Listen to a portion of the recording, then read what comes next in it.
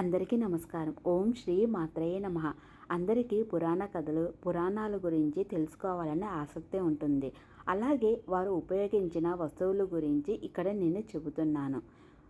శ్రీరామచంద్రుని ధనుసు పేరు కోదండం, శివుని విల్లు పేరు పినాకం, అర్జుని శంఖం పేరు దేవదంతం, విష్ణుమూర్తి గద పేరు కౌమోదకి, శ్రీకృష్ణుని శంఖం పేరు పాంచజన్యం, అర్జునుని ధనస్సు పేరు గాంధీవం, విష్ణుమూర్తి ధనస్సు పేరు శార్గం, నారదని వీణ పేరు మహతి, సీతమ్మ శిరోభూషణం చూడామణి, విష్ణుమూర్తి రత్నం పేరు కౌస్తుభం, విష్ణుమూర్తి మాల పేరు వైజయంతి, దేవేంద్రుని ఆయుధం వజ్రాయుధం, శివుని ఆభరణాల పేరు నాగాభరణాలు, శ్రీకృష్ణుని చక్రం పేరు సుదర్శన చక్రం, విష్ణుమూర్తి లాంఛనం పేరు గరుడడు.